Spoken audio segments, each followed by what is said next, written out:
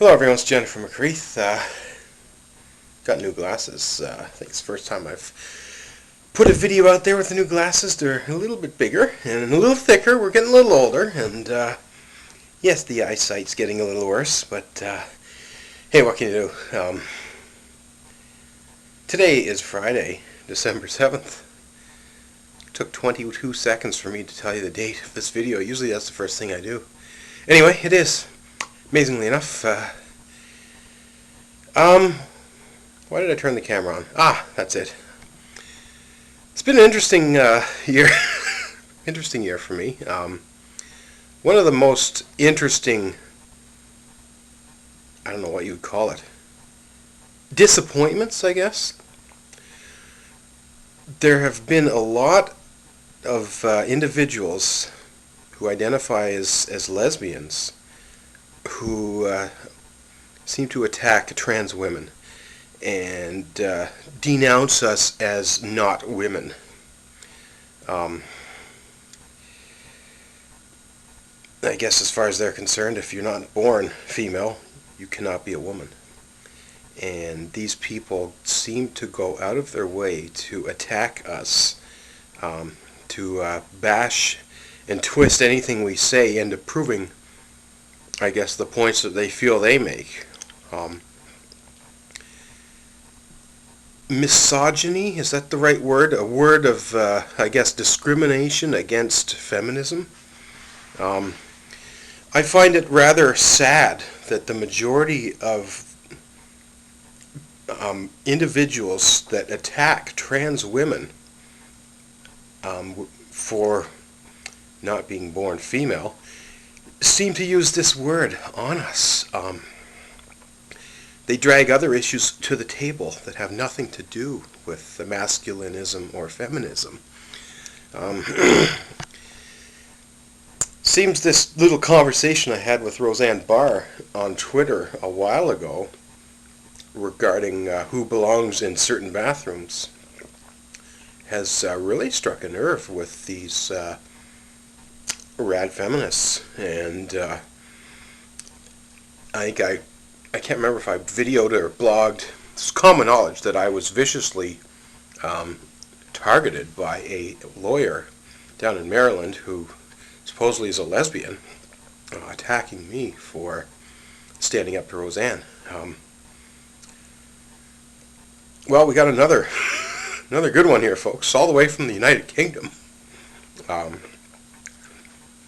Has created a lovely blog chronicling what she feels is my history of misogyny, supposedly,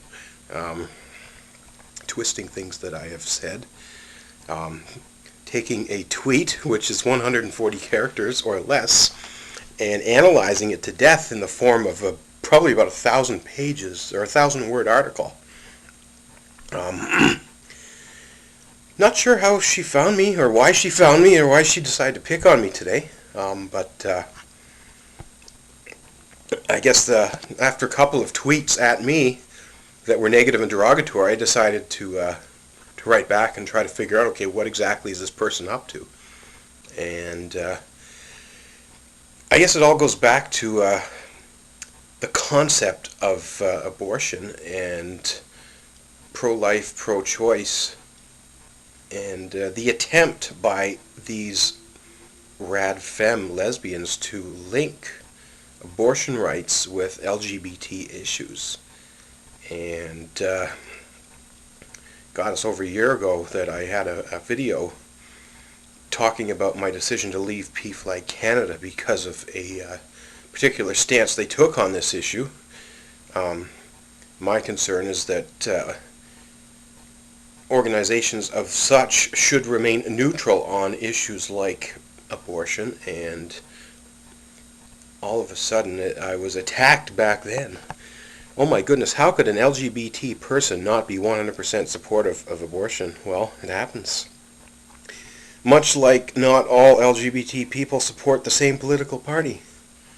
Not all LGBT people support the same religion. There's a variety of neutral,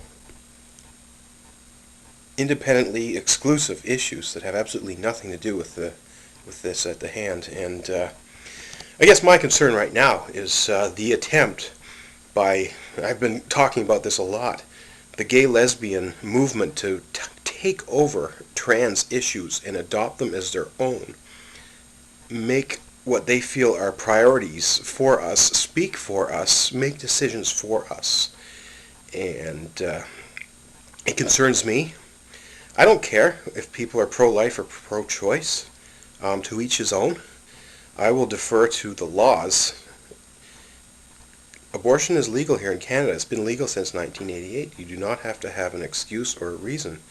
That's the whole other thing that came up the other day was Motion 408 is a movement, not a movement, a motion by a Conservative member of Parliament who is trying to stir the pot with the abortion debate.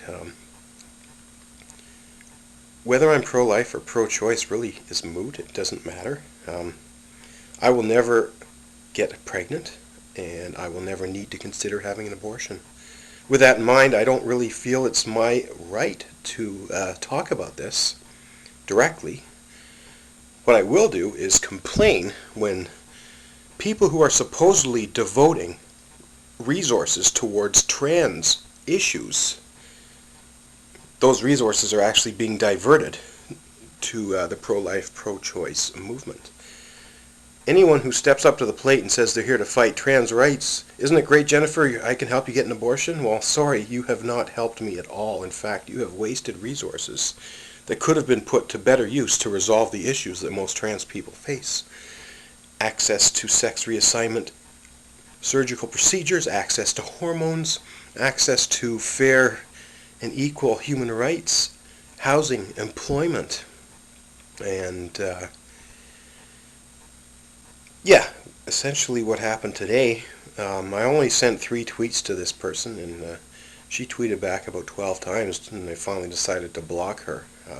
I said, listen here, abortion is not necessarily a primary concern of all LGBT people.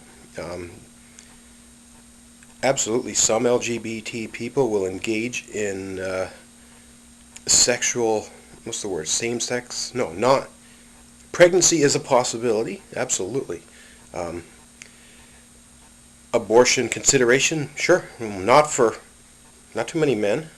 Not cis men will not get pregnant. Trans women will not get pregnant.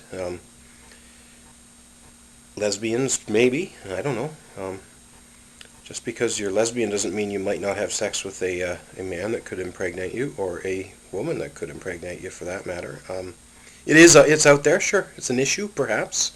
Not a primary issue, and that's my concern. I do not want organizations trying to pretend that this is a major issue for the trans community, to the point where real trans issues get pushed under the rug or thrown under the bus. And this latest attack here, I really don't want to give this person any more attention because they don't really deserve it. It's hate speech, basically. It's propaganda. It's twisting words, and it's just another example of the radical feminist movement attacking trans women and denouncing us as being not woman, and even worse, throwing this misogyny label on us, which is totally uncalled for. I cannot help the way I was born. Just because I was born with certain parts doesn't mean I hold certain values with regards to feminism or masculinism. I don't know. I guess it concerns me. People want to bash me and write a blog about me. I'll take it into consideration, and if I feel there's slander or libel or anything like that, I won't hesitate to file a lawsuit. But it's the perception out there. Trans people are vulnerable, and we need some help. We can't necessarily do all the fighting for ourselves. We have to rely on cis people. Right now, here in Canada, we've got, how many members of Parliament? 335 discussing trans human rights. And they're all cis people. There's not one trans member of Parliament. And Quite frankly, yesterday I felt very helpless and frustrated listening to a committee of cis politicians arguing about what, if any, human rights should be devoted to trans people.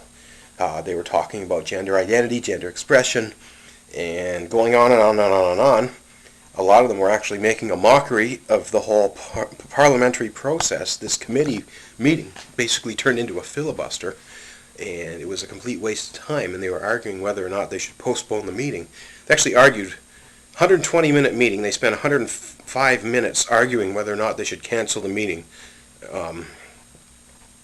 Yeah, I blasted out on Twitter that I think they're all idiots and they all don't give a damn about us, and it's a shame that we're considered political issues, political pawns. Trans rights should not be a political issue. They need to be a universal issue. And same with these rad femmes trying to... It's too easy to just point at a trans woman and say, we don't consider you a woman. That's been out there for years and years and decades and centuries. And for you rad femme folks, you're out here trying to portray yourselves as sympathetic socialists. Well, absolutely not. You're right up there with the right-wingers. Just so you know.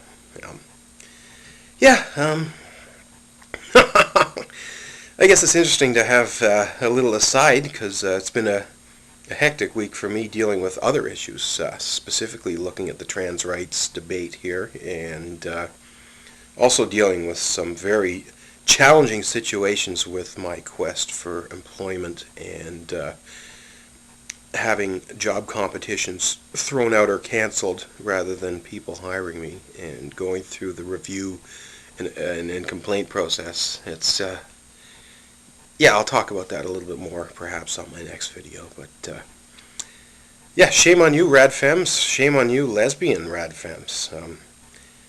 Yet further evidence as to why LGBT, well, it's not my tea. If this is what so-called togetherness is all about, if this is one big happy rainbow queer umbrella family, well, I want nothing to do with that. You can take your rad femme, just keep it away from me, quite frankly. I don't want to talk about abortion, pro-life, pro-choice. I'm done with it. I really don't have anything to say. I don't feel it's my role to say anything, because it's not on my plate, it's not on my radar. My focus right now is on trans rights, access to appropriate health care for transition, freedom from discrimination in housing and employment, and maybe 1 out of a million trans women will need an abortion in their life. Not me. I'll never get pregnant. I don't think the science is there. I don't think it's something that will ever have to be on my plate. And I'm not sure I understand why these folks are so focused on me and other trans women, because heck, if you want to go fight for abortion rights, you go right ahead, but it has nothing to do with the issues I'm working on. So I really don't understand the purpose behind attacking me, because ultimately I think it just makes you look bad. Anyway, thank you very much everyone for watching. I'm Jennifer McCreath. Have a great night.